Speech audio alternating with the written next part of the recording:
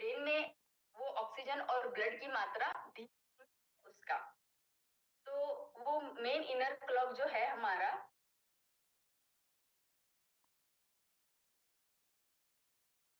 पहला सवाल आपके लिए है, कितने लोगों को ये फीलिंग आपने अनुभव किया है कि बहुत हेवी खाना खाया है और खाना खाने के बाद में कार्बोहाइड्रेट रिच खाना खाया है और पराठा हो गया या बाकी कोई चीज होगी जो हेवी है डाइजेशन के लिए, वो खाने के बाद में नींद आई है आप लोगों को?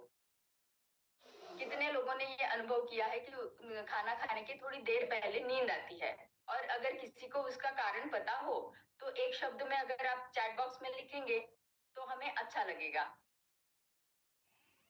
कि खाना खाने के बाद में थोड़ी देर के बाद में बहुत नींद आती है, और वो नींद की इंटेंसिटी जो है वो निर्भर करती है कि किस तरीके का खाना हमने खाया है। तो आंसर आने शुरू हो गए हैं। सब लोग बोल रहे हैं कि यस, हमने सभी ने अनुभव किया है कि नींद आती है। तो चलिए जानते हैं उसके पीछे का साइंटिफिक रीजन क्या है कि क्यों नींद आती है। ठीक है, तो आप समझ लीजिए कि एक खाना है, थाली है जो बहुत ही रिच है, कार्बोहाइड्रेट से भरा पूरा है, और उसको हमने खाया।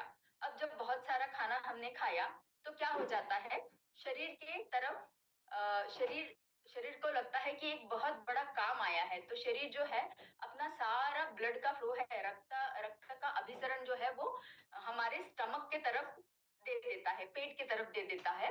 जब पेट की तरफ दे देता है तो क्या हो जाता है कि सारा ब्लड फ्लो ब्रेन से कम होते हुए पेट की तरफ ज्यादा चला जाता है। अब ब्रेन जो है, ब्रेन को बहुत ज्यादा मात्रा में ऑक्सीजन की जरूरत रहती है एक्टिव रहने के लिए, अलर्ट रहने के लिए।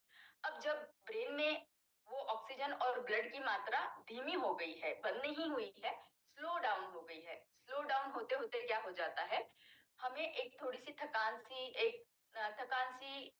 नहीं बोल सकेंगे हम, एक लिथार्जी सी फील होती है, एक डल सा फील होता है और नींद आना शुरू हो जाती है। तो ये कारण है कि क्यों हम लोग जब हेवी खाना खाते हैं तब हमें बहुत नींद आती है। उसको थोड़ा कालावधि लगता है जब ब्लड का फ्लो हमारे पेट की तरफ जाता है। तो इसी के साथ शुरुआत करते हुए हम जानेंगे कि हमारे जो मैक्रोन्यूट्रिएंट है, जो है कार्बोहाइड्रेट, प्रोटीन, फैट, इनका हमारे शरीर के ब्लड ग्लूकोज के ऊपर कैसे परिणाम होता है। तो कार्बोहाइड्रेट को आप देख पा रहे हो जो ग्रीन कलर का है, हमने कार्बोहाइड्रेट से भरा पूरा खाना खाया और खून में चीनी की मात्रा जो है वो एकदम से बढ़ गई है। अब एकदम से बढ़ गई है तो क्या होता है, एकदम से बढ़ गई है, उसका कंपैरिजन अगर हम करेंगे तो प्रोटीन जो है हमें धीमी गति से एनर्जी दे रहा है, और ब्लड में जो ग्लूकोज की मात्रा है उसको धीमी गति से रिलीज कर रहा है, और फैट उससे भी ज्यादा धीमी गति से दे रहा है। तो इससे क्या पता चलता है कि अगर हम कार्बोहाइड्रेट ज्यादा खाते हैं या कार्बोहाइड्रेट रिच खाना खाते हो तो हमारे शरीर में जो शुगर की मात्रा है वो एकदम से बढ़ जाती है, ज्यादा बढ़ जाती है। तो ये अच्छा है कि बुरा है, इसके लिए भी एक आपके लिए सवाल है कि अगर ये अगर हमें पता चलता है तो क्या हमें कार्बोहाइड्रेट्स को अवॉइड करना चाहिए? आपका क्या मत है इसके ऊपर? फटाफट चैट बॉक्स को यूज करिए और बताइए कि अगर कार्बोहाइड्रेट हमारे ब्लड में चीनी की मात्रा को एकदम से बढ़ा देता है तो क्या कार्बोहाइड्रेट को अवॉइड हमें करना है, कार्बोहाइड्रेट लेना बंद करना है, हाँ या ना? में आप जवाब दे सकते हैं।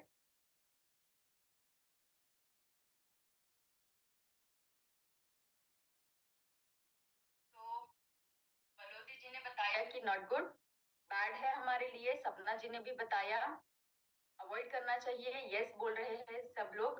बैड है, नहीं लेना चाहिए भी बताया है, एब्सोल्युटली नहीं लेना चाहिए।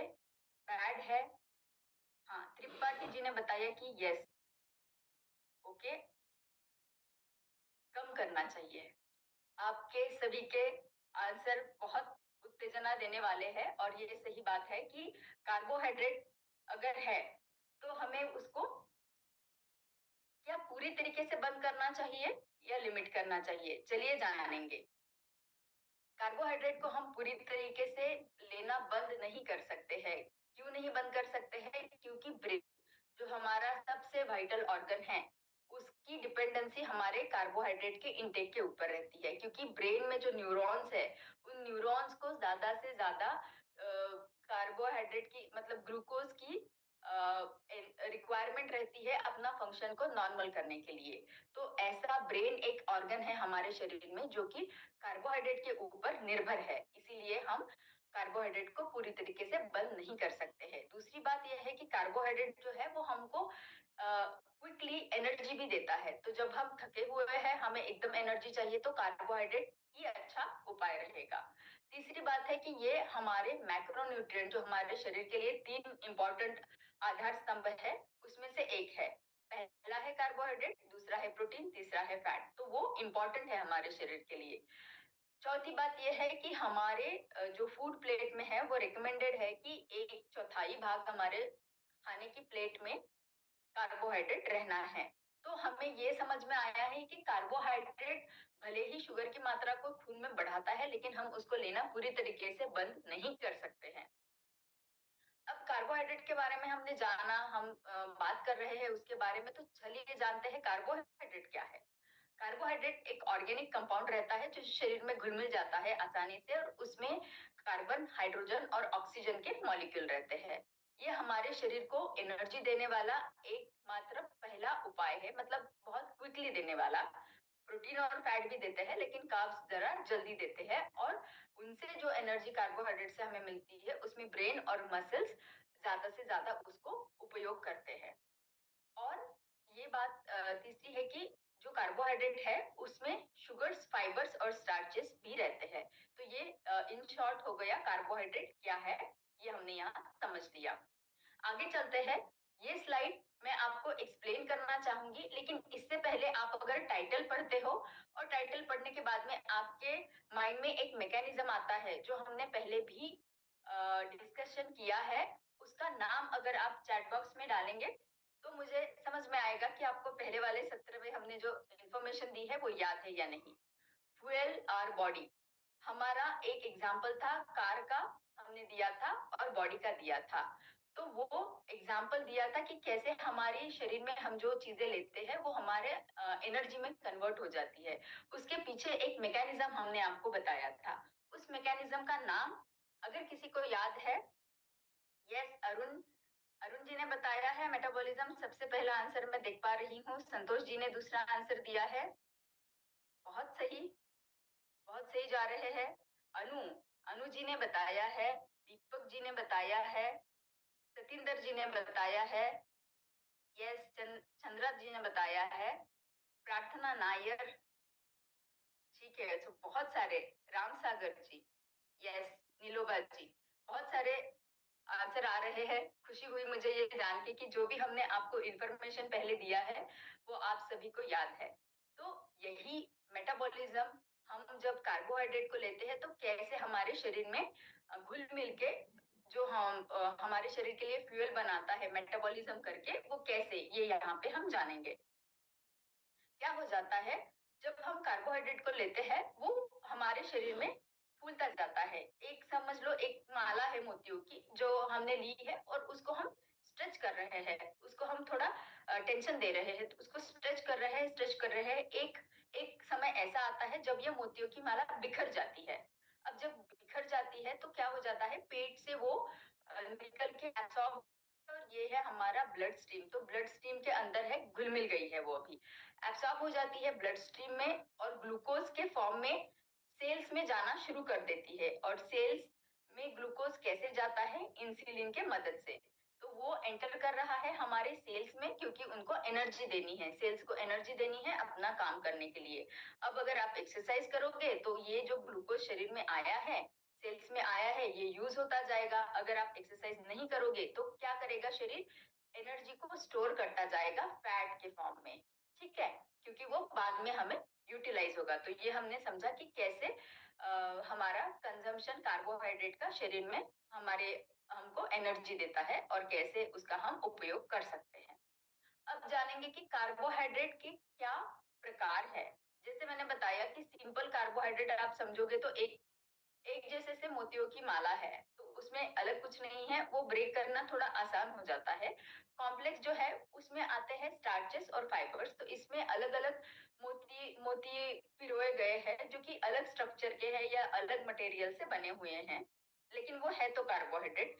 इसका आसान एग्जाम्पल मैं आपको बताना चाहूंगी कि गेहूं है कार्बोहाइड्रेट, गेहूं है पूरे फॉर्म में। अब हमने गेहूं को पीस दिया, पीस देने के बाद में क्या हो गया कि गेहूं का जो एक आउटर लेयर रहता है वो अलग हो जाता है, वो है फाइबर।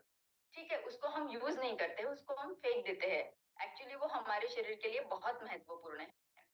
उसको छानने के बाद में जो दूसरा भाग निकलता है वो है हमारा गेहूं का आटा, वो है हमारे स्टार्चेस। अब गेहूं के आटे को और भी ज्यादा रिफाइन हम करेंगे, और भी ज्यादा छानेंगे, तो वो क्या हो जाएगा, मैदा। तो मैदा जो है वो हो गया हमारा सिंपल कार्बोहाइड्रेट। तो चलिए आगे बढ़ते हैं।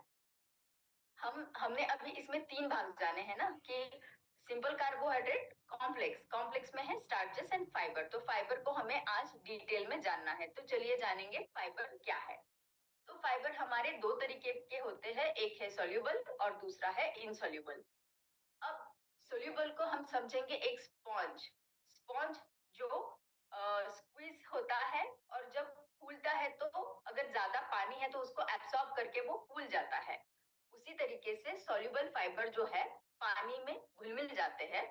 घुलने के बाद में वो क्या करते हैं कि एक्सेस जो भी चीजें हमारे शरीर में रहते हैं, जैसे देखिए कि शुगर है या फैट है या कोई टॉक्सिन है, उनको एब्सॉर्ब करके फूल जाते हैं। या आप समझ लो ग्लूकोज ही है, क्योंकि ये फाइबर्स ग्लूकोज को अपने आप में ले लेंगे और फूल जाएंगे। ठीक है, तो ये हो गए सोल्यूबल फाइबर। इनका क्या एक्शन है वो हम जानेंगे। साथ ही ये भी जानेंगे कि इनसोल्यूबल फाइबर का क्या है। इनसॉल्युबल फाइबर को समझ लीजिए ये है एक झाड़ू के तौर पे, क्योंकि वो रफ फॉर्म में है। ये क्या करते हैं, ये डाइजेशन से नहीं जाते हैं, ये शरीर में से पानी को ज्यादा एब्सॉर्ब कर लेते हैं और बिना डाइजेस्ट हुए हुए शरीर में हमारे आंतों को क्लीनिंग करने का काम करते हैं, तो शरीर से बाहर ये निकल जाते हैं। तो सोल्यूबल फाइबर को समझिए कि स्पॉन्ज है। तो स्पॉन्ज क्या करता है, वाटर में डिजोल्व हो जाता है, फूल जाता है, तो पेट भरा हुआ सा लगता है। मैंने बताया कि ये कैप्चर कर लेता है एक्सेस ऑफ फैट को। तो कैप्चर कर लेने की वजह से क्या हो जाता है, खून में चर्बी, लिपिड मतलब कोलेस्ट्रॉल की मात्रा कम करता है, हमारे गट को बढ़ाता है, गट को अच्छा एनवायरनमेंट देता है, क्योंकि फाइबर गट के लिए एक खाना रहता है। गट के जो माइक्रोबायोटा रहते हैं, अच्छे और बुरे बैक्टीरिया, उनके लिए ये खाना बन जाता है, तो उसको हेल्प करता है, मदद करता है। ब्लड शुगर को भी इम्प्रूव करता है। तो जैसे मैंने बताया, कोलेस्ट्रॉल और शुगर की एक्सेस मात्रा हो तो ये अपने आप में उसको ले लेता है फूल के। इसके एग्जाम्पल आप समझ लो, apple, beans, nuts, oatmeal, sweet potato और लेंटिल्स।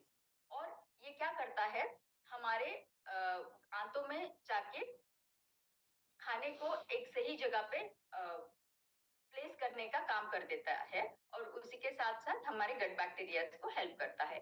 इनसॉल्युबल फाइबर क्या करता है, हाँ, घुलता नहीं है, वो पानी में घुल मिल नहीं जाता है।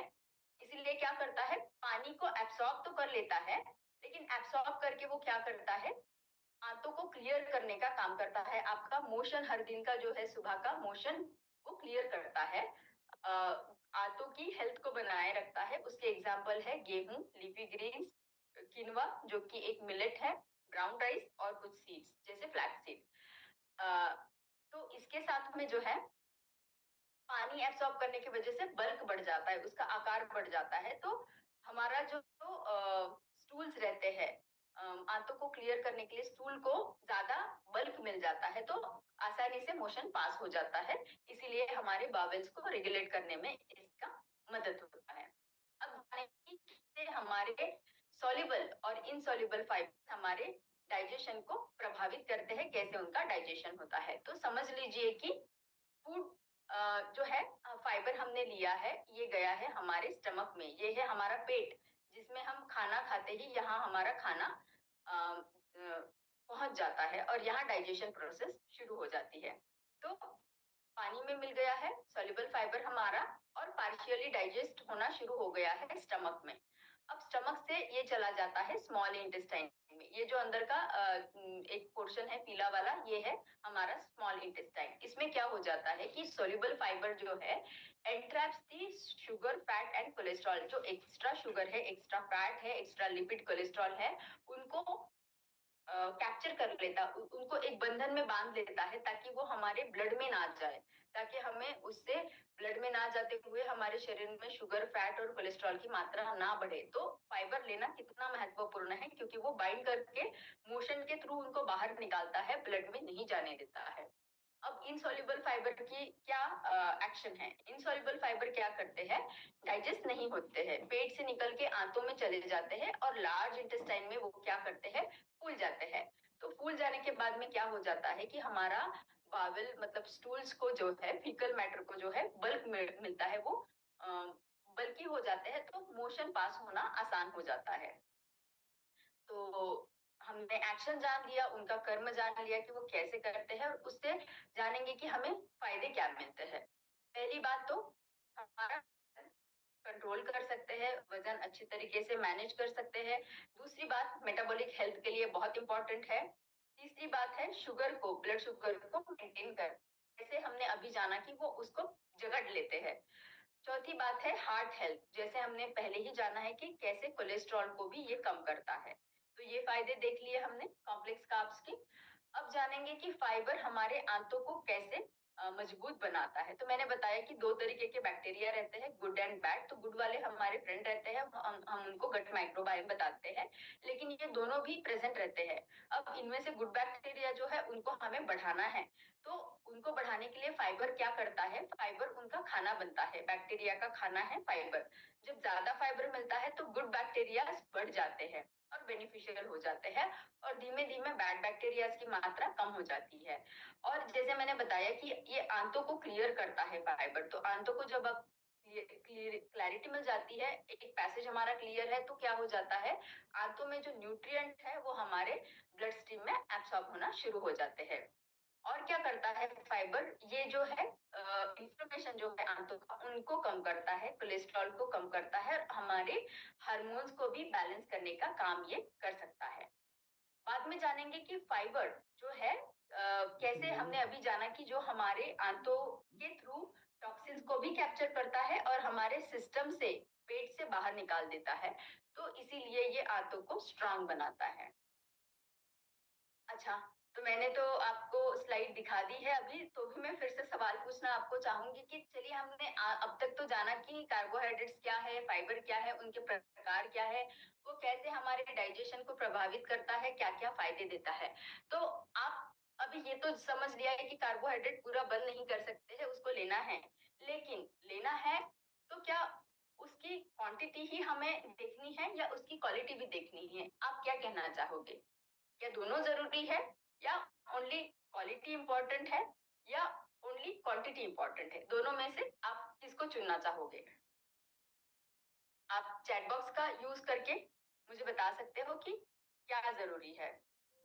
अच्छा, अरुण जी ने बताया कि दोनों जरूरी है, क्वालिटी और क्वांटिटी दोनों भी जरूरी है हमें लेना। ठीक है, अच्छा आंसर है। राइडर जी ने बताया है दोनों नहीं लेना है। अच्छा, both. Okay, yes, both. Both quality quantity दोनों जानना जरूरी है। सही जवाब है दोनों जानना जरूरी है। तो चलिए जानेंगे, क्वांटिटी से शुरुआत करेंगे, बाद में क्वालिटी के ऊपर जाएंगे। तो क्वांटिटी की बात अगर हम करते हैं, तो मात्रा कितनी रहनी चाहिए कार्बोहाइड्रेट की? तो ये जनरली देखा गया है कि जो हमारी शरीर की एनर्जी की डिमांड है, वो एनर्जी की डिमांड जो है वो कार्बोहाइड्रेट के थ्रू 50 से 55% मिलनी चाहिए हमें कार्बोहाइड्रेट के थ्रू। ये रिकमेंडेशन जो है बताया गया है। लेकिन क्या होता है, 50% हमें कार्बोहाइड्रेट से मिलना चाहिए, लेकिन हो क्या रहा है यहाँ पे? ये हो रहा है कि रियलिटी जो हमने अभी देखी है, जो भी हमें रिसर्च पेपर मिले हैं, जो भी संशोधन किए गए हैं, तो ये देखा गया है कि एक चौथाई कैलोरी इंटेक तो हमारा होल ग्रेन से हो जाता है, और एवरेज इंडियन जो है वो लगभग 47% जो है उनकी टोटल कैलोरीज जो आ जाती है वो होल ग्रेन से आ जाती है। इवन रूरल एरिया में भी 70% बस हम कार्बोहाइड्रेट का भी मतलब जो धान्य है उनका उपयोग करके, जिसमें जो कि कार्बोहाइड्रेट है 70% हम उसी से ले रहे हैं, ठीक है। और हमारा प्रोसेस फूड से भी हम 10% ले रहे हैं। अर्बन जो शहरी विभाग है उसमें तो फास्ट फूड जो रहते हैं प्रोसेस्ड वाले, तो उसमें तो लगभग प्रोसेस फूड से 30% हमें आ रही है, जो कि अगर आप सभी को देखें तो ये रिकमेंडेड जो था उससे बढ़ रहा है। तो हम जितना बताया है उसको नहीं फॉलो कर रहे हैं, लेकिन जो गलत है उसको फॉलो कर रहे हैं। तो ये हो गया कार्बोहाइड्रेट के बारे में। फाइबर के बारे में जानेंगे, कितना फाइबर इंपॉर्टेंट है शरीर के लिए। तो जैसे रिपोर्ट ने बताया है कि कैसे रिकमेंडेड है फाइबर की मात्रा पुरुष के लिए। अगर एक्टिविटी आपकी ज्यादा नहीं है तो आपको 30 ग्राम फाइबर लेना है एक दिन में। आपकी एक्टिविटी मॉडरेट है, मध्यम है, तो आपको 40 ग्राम लेना है एक दिन में। आप बहुत एक्टिव हो, बहुत ही हेवीली एक्टिव हो, तो आपको 50 ग्राम लेना है। उसी तरीके से महिलाओं में अगर आप एक्टिव नहीं हो तो 25 ग्राम लेना है। मॉडरेटली एक्टिव हो, मध्यम एक्टिविटी है आपकी, तो 30 ग्राम लेना है। ज्यादा एक्टिव हो तो 40 ग्राम लेना है। ये है रिकमेंडेशन। अब हम क्या करते हैं, देखेंगे कि हम इनको फॉलो करते हैं या नहीं। तो स्टडीज ने बताया है कि 10 भारतीयों में से 7 भारतीय जो है वो फाइबर की रिक्वायरमेंट को पूरा नहीं कर पाते हैं। तो इससे हमने क्या जाना, ना तो हम कार्बोहाइड्रेट के रिकमेंडेशन को फॉलो कर रहे हैं, ना तो फाइबर के रिकमेंडेशन को फॉलो कर रहे हैं, जो कि गलत है। इससे हमें ये जानने में आया कि क्वांटिटी को तो हमने सही तरीके से फॉलो नहीं किया है, और हमें ये भी पता चला है कि कितना हमने लेना चाहिए। तो आज से चलिए उन रिकमेंडेशंस को फॉलो करना शुरू करेंगे जो कि हमें रिसर्च ने बताए हैं। अब जानेंगे क्वालिटी के बारे में। तो आपके हिसाब से हम जब क्वालिटी बताते हैं तो वो क्वालिटी कार्बोहाइड्रेट की क्या हो सकती है? अगर कोई गेस आपके माइंड में आता है तो एक शब्द में आप चैट बॉक्स में लिखिएगा जरूर से कि जब हम क्वालिटी बताते हैं कार्बोहाइड्रेट की तो वो क्या हो सकती है।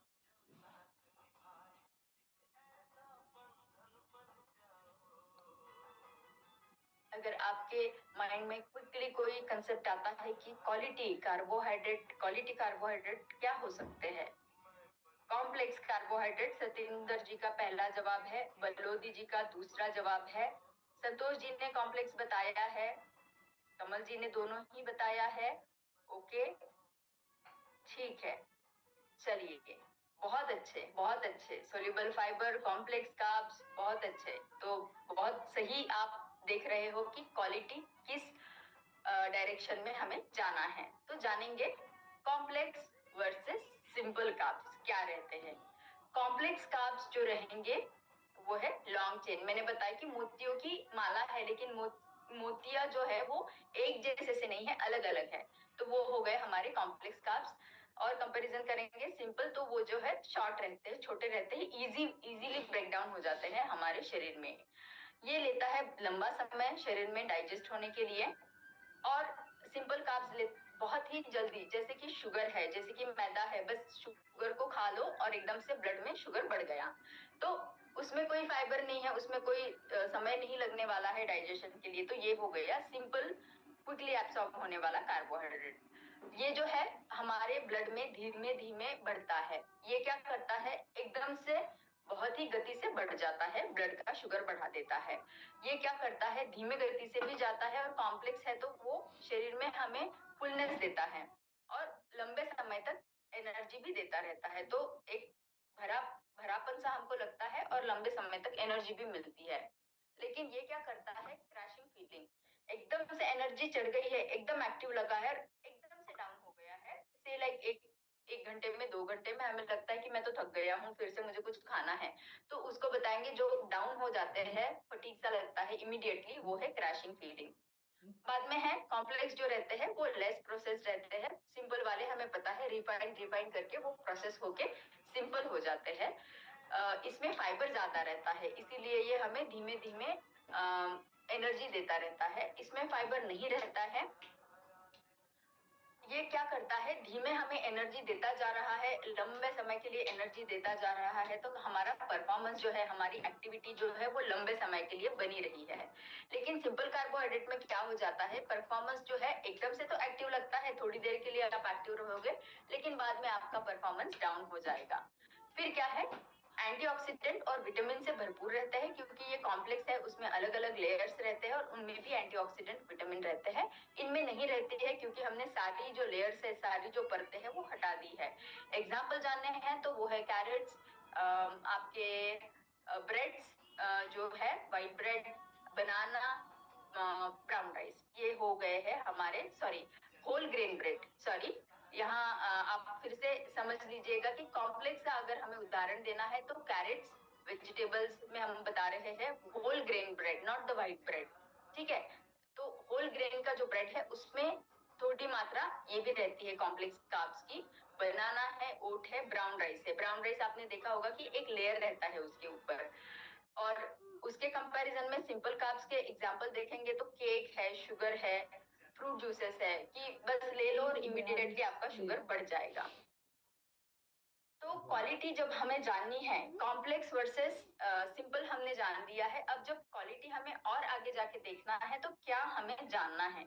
एग्जाम्पल लेंगे एक वाटरमेलन का और समझेंगे कि ग्लाइसेमिक इंडेक्स क्या है और ग्लाइसेमिक लोड क्या है।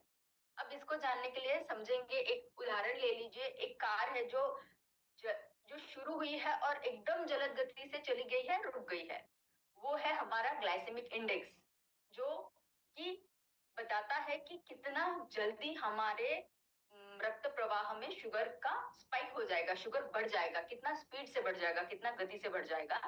तो उसको जो है 0 से लेके 100 तक मार्क किया गया है, जिसको हम ग्लाइसेमिक इंडेक्स बताता है, बोलते हैं, जो इंडेक्स हमें बताता है कि कोई पर्टिकुलर खाना अगर हम खाते हैं तो वो कितना क्विकली, कितना गतिशील तरीके से हमारी ब्लड शुगर को बढ़ा देगा। तो जितना ज्यादा ग्लाइसेमिक इंडेक्स रहेगा, जितना हाई रहेगा ग्लाइसेमिक इंडेक्स, 100 हाईएस्ट नंबर है, यहाँ पे हमने 80 दिखाया है, जितना हाई है वो उतना अच्छा नहीं है आपके लिए। तो क्या हो जाता है, वाटरमेलन को, पूरे वाटरमेलन को आप अगर देते हो तो उसका ग्लाइसेमिक इंडेक्स बहुत ज्यादा है, जो कि 80 है। अब समझेंगे क्या है ग्लाइसेमिक लोड। अभी कार हमने जानी है कि जो एक स्पीड से आई है और थोड़े ही डिस्टेंस पे जाके रुक गई है, तो इसने क्या किया, गति तो बढ़ा दी लेकिन वो ज्यादा समय तक चल नहीं पाई है। अब ग्लाइसेमिक लोड को समझ लीजिए कि कार जो कि शुरू तो हुई है लेकिन थोड़ा लंबे समय तक जा पा रही है, क्योंकि उसमें कार्बोहाइड्रेट है, एनर्जी है। तो ग्लाइसेमिक लोड जो है वो हमें समझ में आता है, ग्लाइसेमिक, ये कैलकुलेशन है ग्लाइसेमिक इंडेक्स का और कार्बोहाइड्रेट की मात्रा का, कि हम जो खाना खा रहे हैं उसमें ग्लाइसेमिक इंडेक्स उसका कितना है, कि वो कितना जल्द हमें शुगर को बढ़ाएगा और कितना दूर तक लेके जाएगा, मतलब कार्बोहाइड्रेट की मात्रा उसमें कितनी है। तो एक पूरा वाटरमेलन का ग्लाइसेमिक इंडेक्स बहुत ज्यादा है, लेकिन जब आप उसको एक पीस में लोगे, उसका बस एक पीस आप लेने वाले हो, तो वो जो सर्विंग है वो बताती है हमें कि उसका ग्लाइसेमिक लोड, मतलब जो शरीर में घुलनशीलता है उसकी, वो कम करते हुए वो जो है थोड़ा लंबे समय तक हमें एनर्जी देता है। तो ये 5 जो इसका नंबर है, इंडिकेशन, ये है लो की तरफ। तो पूरा वाटरमेलन का इंडेक्स, ग्लाइसेमिक इंडेक्स ज्यादा है, लेकिन एक सर्विंग अगर हम उसका लेते हैं वाटरमेलन का तो उसका ग्लाइसेमिक लोड कम है, तो हम उसका आनंद ले सकते हैं छोटी मात्रा में लेते हुए। तो सर्विंग को हमें देखना है, एज अ होल नहीं देखना है।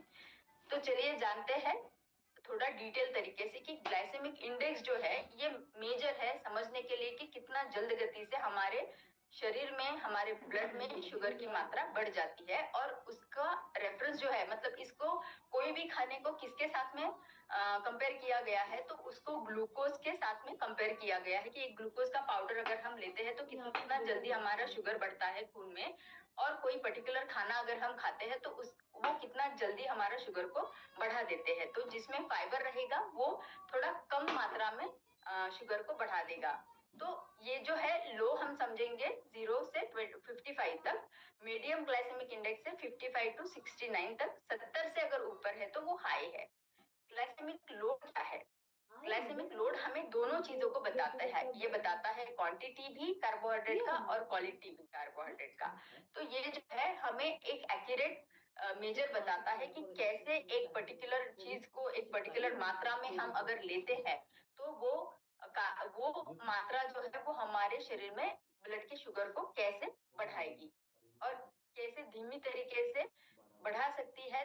जो जो चीजें ग्लाइसेमिक लोड जिनका 110 तक है वो लो बताई गई है, जो हमारे लिए अच्छी मानी गई है। बाद में 11 से 19 अगर है तो वो मीडियम ग्लाइसेमिक लोड बताया गया है।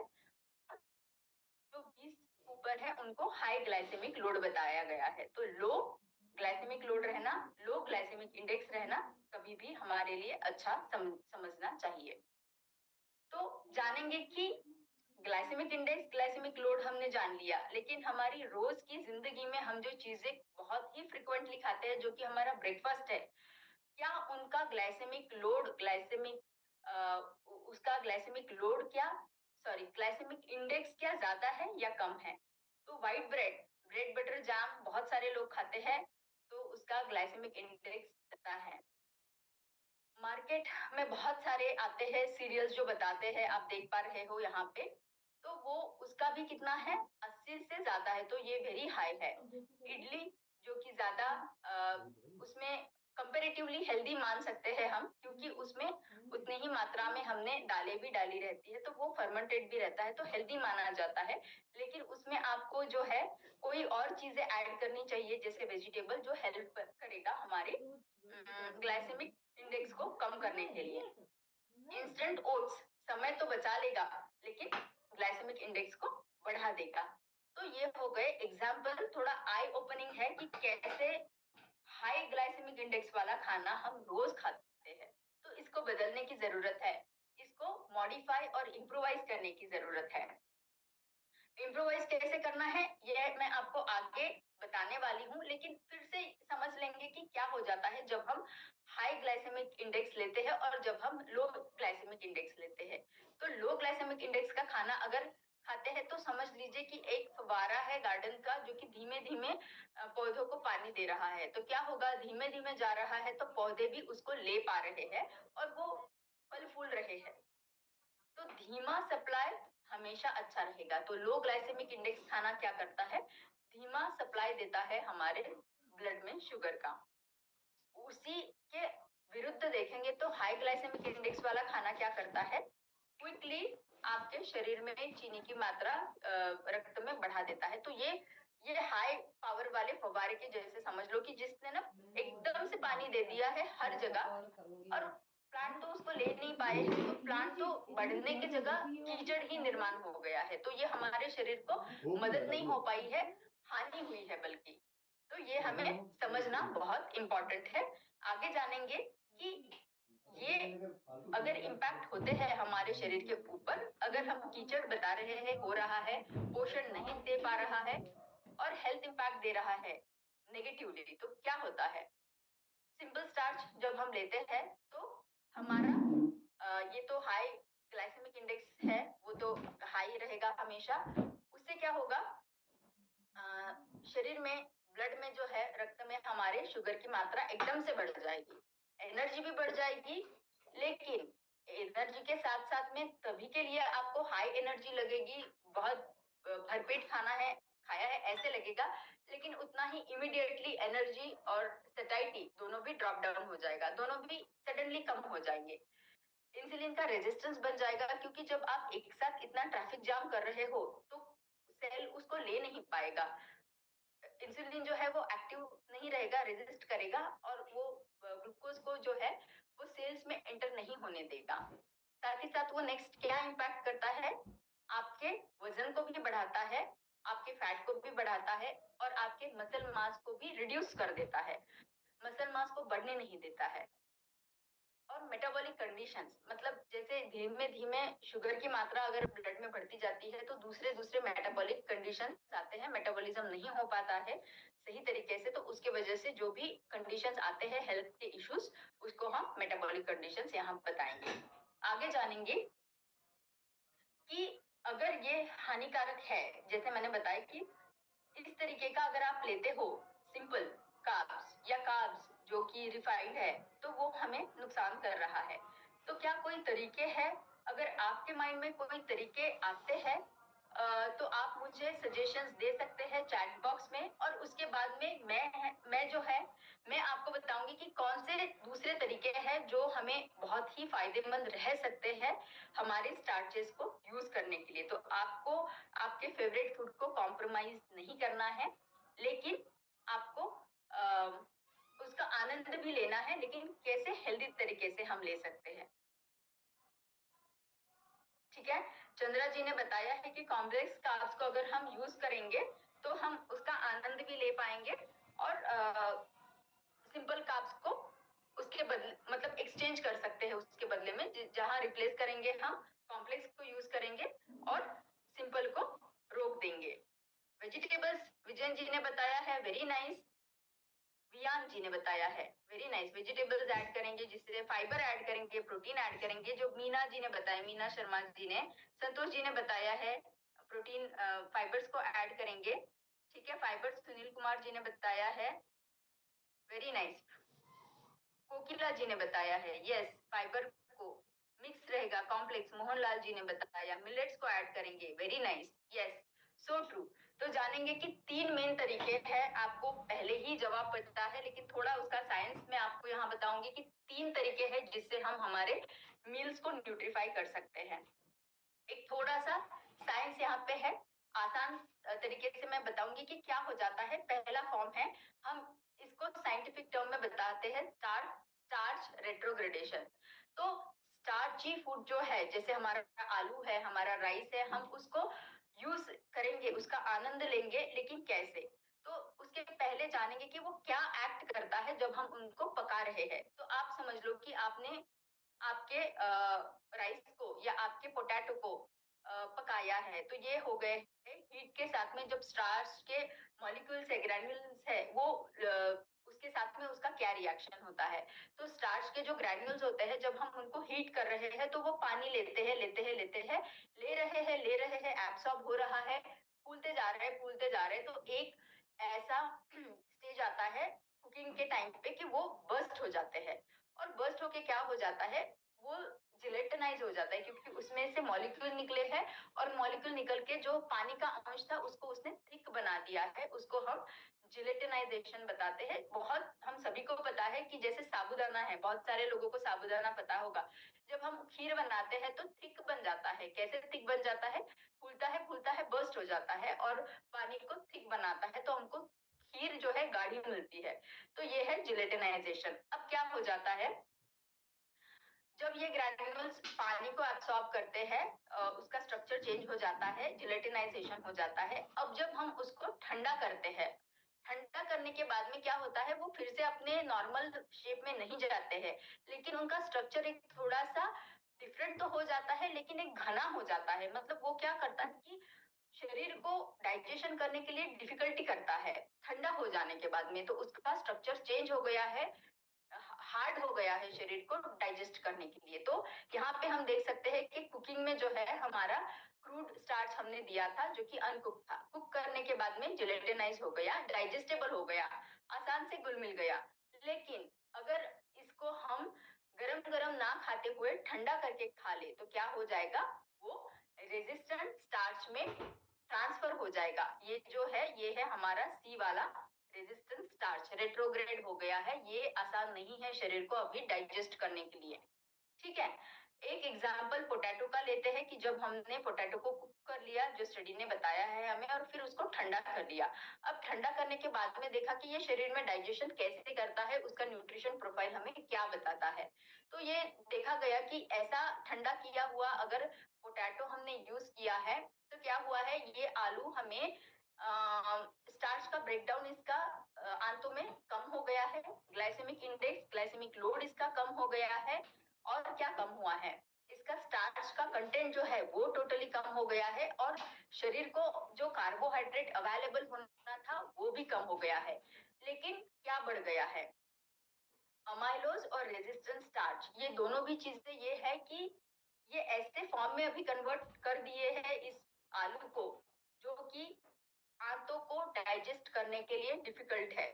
तो इससे हमें क्या समझ में आता है कि भाई मुझे आलू बहुत पसंद है, मुझे मेरा राइस बहुत पसंद है, लेकिन मैं डायबिटीज है या वजन बढ़ सकता है इसलिए मैं इसको यूज नहीं कर पा रही हूँ। लेकिन हम क्या कर सकते हैं कि उसको पकाया हुआ है, उसको ठंडा कर लो, ठंडा अच्छे तरीके से ठंडा कर लो जिससे कि ये रेट्रोग्रेड हो जाए, और उसके बाद में आप ठंडा होने के बाद में इसका आनंद ले सकते हैं।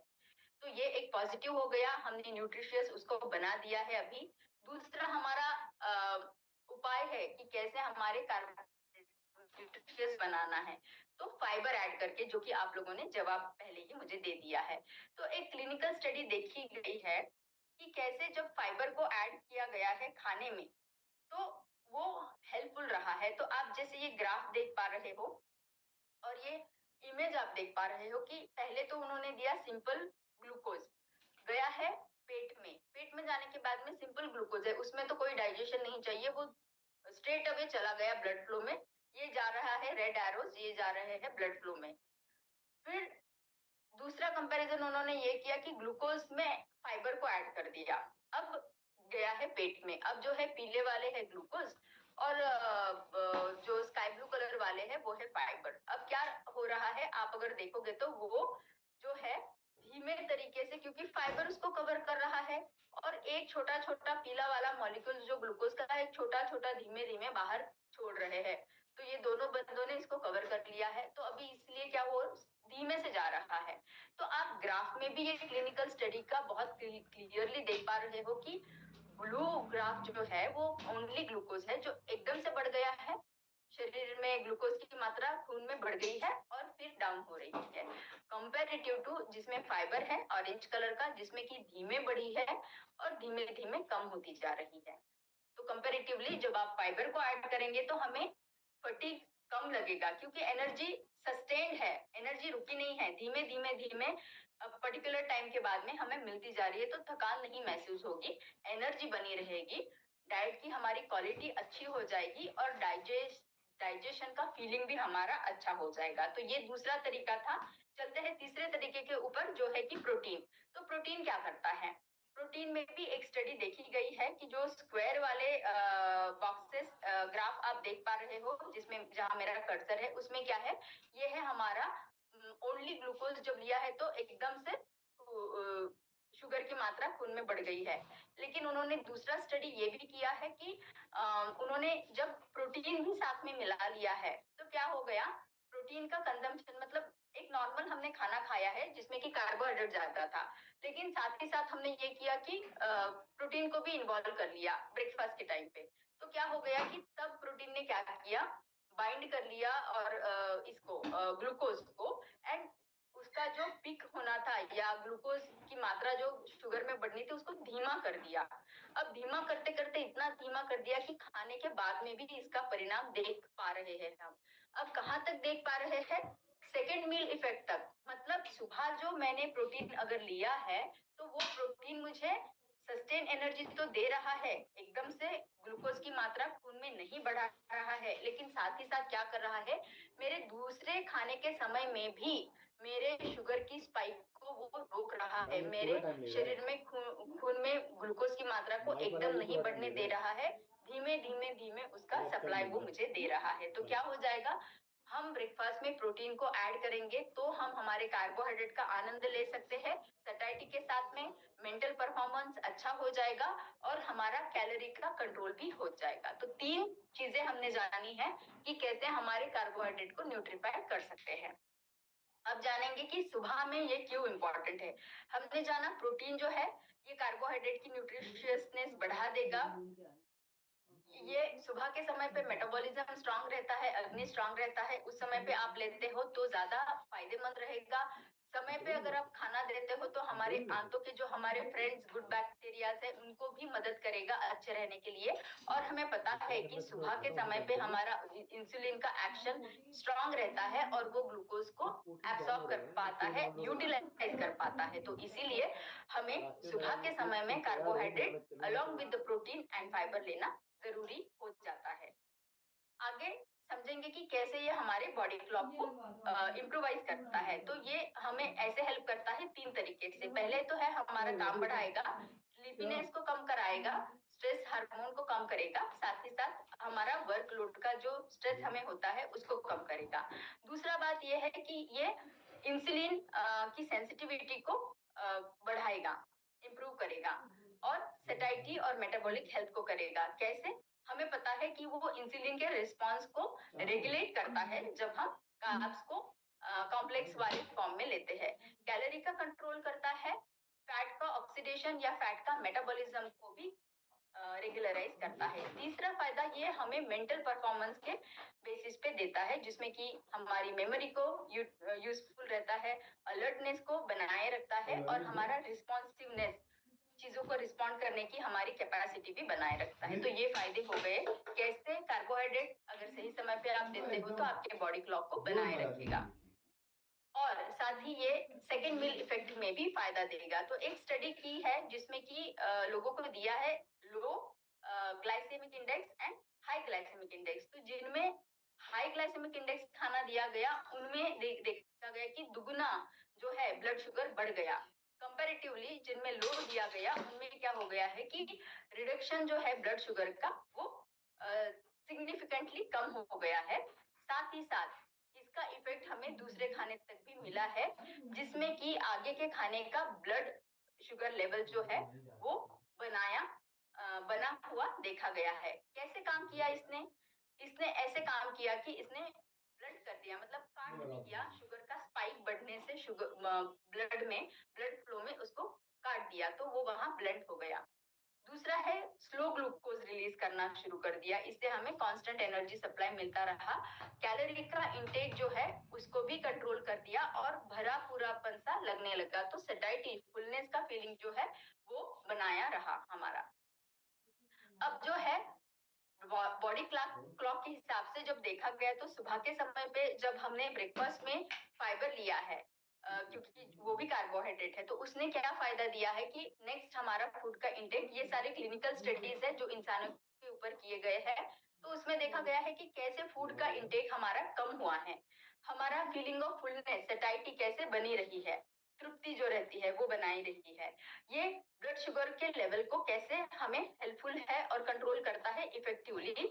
और साथ ही साथ जो हमारा गैस्ट्रिक का एम्प्टिंग टाइम है, एक खाना खाने के बाद एक पर्टिकुलर समय के बाद में हमारा स्टमक जो है वो खाली हो जाता है, लेकिन उसको कैसे इसने कंट्रोल किया।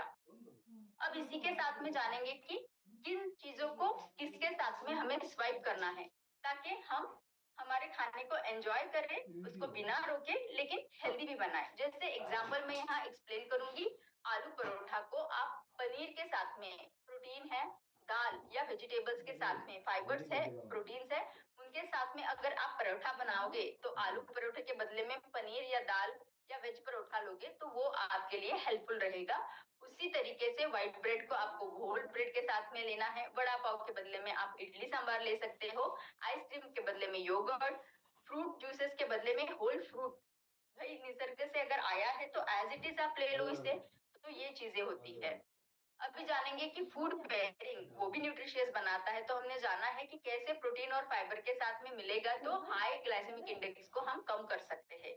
होल ग्रेन्स और लेग्यूम को यूज कर सकते हैं, एडिंग स्टार्ची वेजिटेबल्स उनको हम ऐड कर सकते हैं, वेजिटेबल्स जो नॉन स्टार्ची है तो उनको ऐड करेंगे तो भी हमें अच्छा फायदा मिलेगा। लो ग्लाइसेमिक इंडेक्स वाले ऑप्शंस हमने देखना है और हमारा कुकिंग का टेक्निक्स जो है वो हमें सही कर लेना है ताकि हम उसका आनंद ले पाए। अब जो है आपको कुछ टिप्स, आप फाइबर का इंटेक बढ़ा सकते हो। आपको होल ग्रेन्स लेना है, रिफाइंड ग्रेन्स नहीं लेने हैं। आपको ज्यादा फ्रूट्स एंड वेजिटेबल्स खाने हैं, इससे फाइबर बढ़ेगा। आपको स्नैक्स में नट्स है, सीड्स है, जैसे फ्लैक्स सीड्स है, ड्राई फ्रूट्स है, उनको आपको लेना है। आपको बीन्स, लेंटिल्स, पीज इनका उपयोग ज्यादा करना है। साथ ही साथ जैसे मैंने फ्लैक्स सीड बताया, इसका आप आपके स्मूदीज में, आपके ड्रिंक्स में उसका यूज कर सकते हो। और पानी जरूर से पीना है। जब फाइबर हम लेते हैं तो पानी पीना उतना ही जरूरी है, क्योंकि वो फूलता है। जितना पानी ज्यादा पियोगे उतना फाइबर हमें फायदा करेगा। अब समय आ गया है हेल्दी हैबिट का। तो आज का हमारा सत्र खत्म होने वाला है, लेकिन आपको ये हैबिट आज ही शुरू करनी है कि कैसे आपको आपका फाइबर रिच ब्रेकफास्ट होना चाहिए कि आपका हेल्दी टोन बना रहे पूरे दिन के लिए। इसके लिए क्या करना है, ये अगर मुझे करना है तो मुझे आज ही प्लानिंग करना पड़ेगा कि मेरा आगे वाला सप्ताह कैसा रहने वाला है। तो आगे वाले सप्ताह के लिए मुझे आज ही देखना पड़ेगा कि मुझे क्या क्या खाने में क्या क्या चीजें जमा करके रखनी है मेरे घर में। तो इसका प्री प्लानिंग रहना बहुत जरूरी है। तो आग्रह करूंगी कि ये हेल्दी हैबिट आज से ही शुरू करिएगा, आपका प्लानिंग बनाए रखिएगा। इसी के साथ में हमारा शाइन का टाइम आ गया है, तो आपको स्टार्ट करना है। सभी को थैंक यू बोलते हुए पॉजिटिविटी के साथ में आपको न्यूट्रिशन लेना है, आपका प्रोटीन ड्रिंक लेके गट मॉर्निंग करना है, सभी को शेयर करके अच्छा इंटेंट रखना है कि मैंने जो भी डेली हैबिट्स है वो मुझे कंटिन्यू करनी है। नया लर्निंग है मेरे हेल्थ के बारे में, उसको सीखने के साथ साथ मुझे आत्मसात भी करना है, उपयोग भी करना है। एक्सरसाइज जरूर से करिएगा, डॉक्टर शाम ने बहुत सुंदर हमें स्टडी बताई है।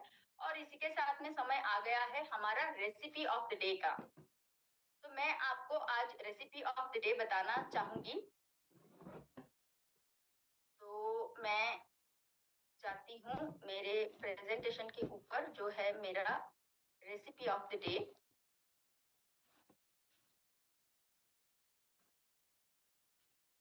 यस, इसको मैं फिर से शेयर करती हूँ आप लोगों के साथ में।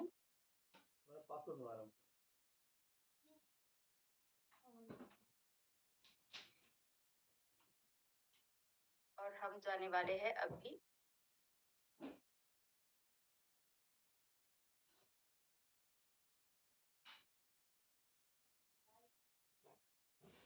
यस, हमारा रेसिपी शुरू हो रहा है जो है ग्रीन ग्रेप्स के साथ में।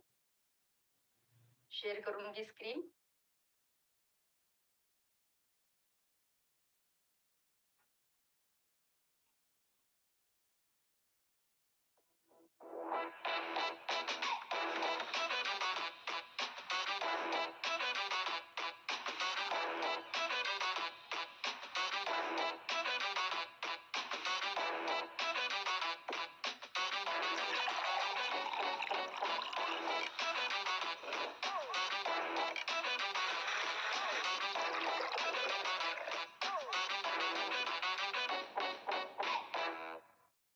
चलिए, तो बहुत ही सुंदर रेसिपी थी। मैंने जैसे अभी आपको बताया कि फ्रूट जूसेस को जो है आपको फाइबर को ऐड करेंगे तो आपके फ्रूट जूस का भी आप फायदा ले सकते हो। और आज की दूसरी रेसिपी जो है वो है हमारी मूंग दाल चीला, एक हेल्दी रेसिपी।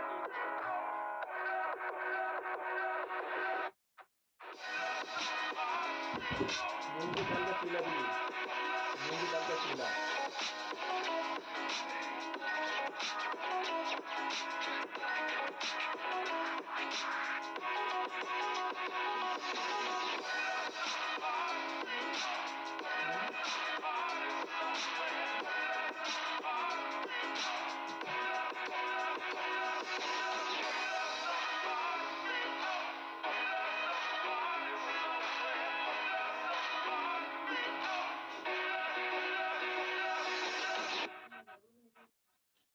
तो हमने जाना कैसे दो रेसिपीज, एक है हमारा ड्रिंक का और एक है हमारा मूंग दाल चीला का, कि इतने सुंदर तरीके से उसको हम यूज कर पाए हैं। और फाइबर और प्रोटीन ऐड करने के बाद में उसका हेल्थ वो और भी न्यूट्रिशियस हो पाया है। तो इसी के साथ में हमारा टाइम है आज के एक्सरसाइज का। तो जानेंगे एक्सरसाइज आज की।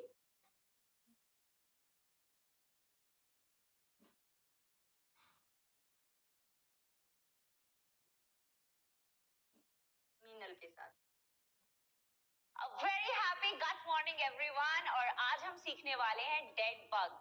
ये कोर वर्कआउट है और बहुत इफेक्टिव वर्कआउट है उन सभी लोगों के लिए जिनको कोर स्ट्रेंथ नहीं समझ आती है, या जिनको समझ नहीं आता है कि कोर होता क्या है।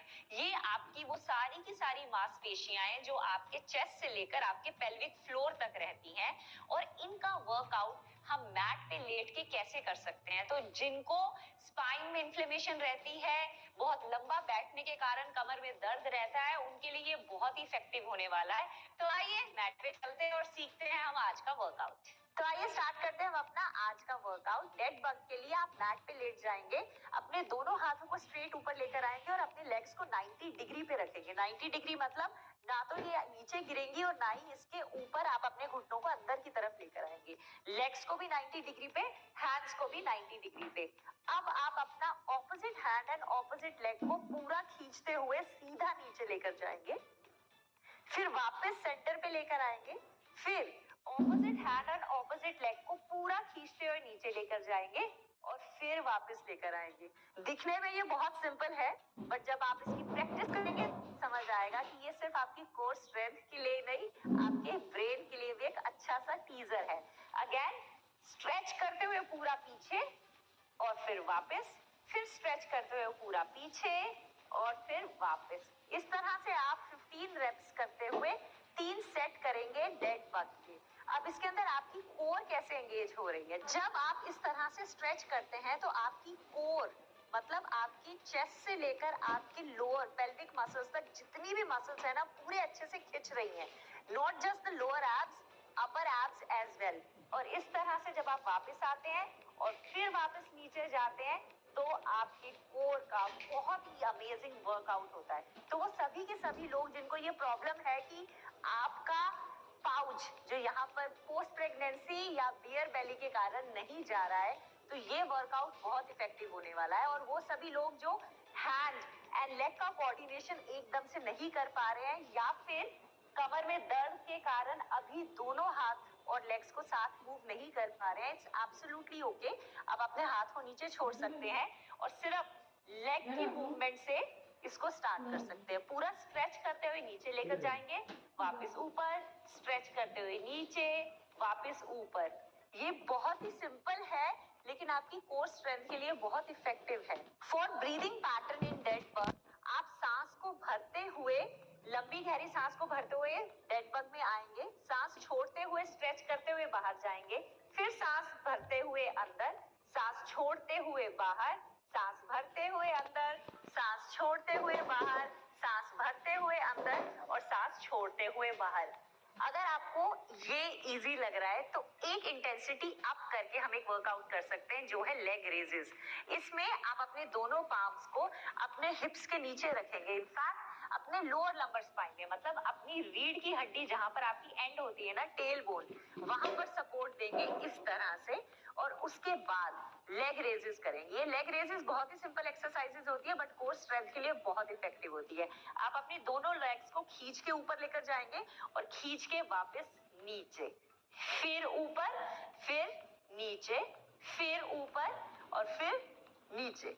इस तरह से आप लेग रेजेस ऐड कर सकते हैं डेड बग के बाद। और लेग रेजेस के रेप्स तो मिनिमम 50 होने चाहिए और सेट्स होने चाहिए मिनिमम 3।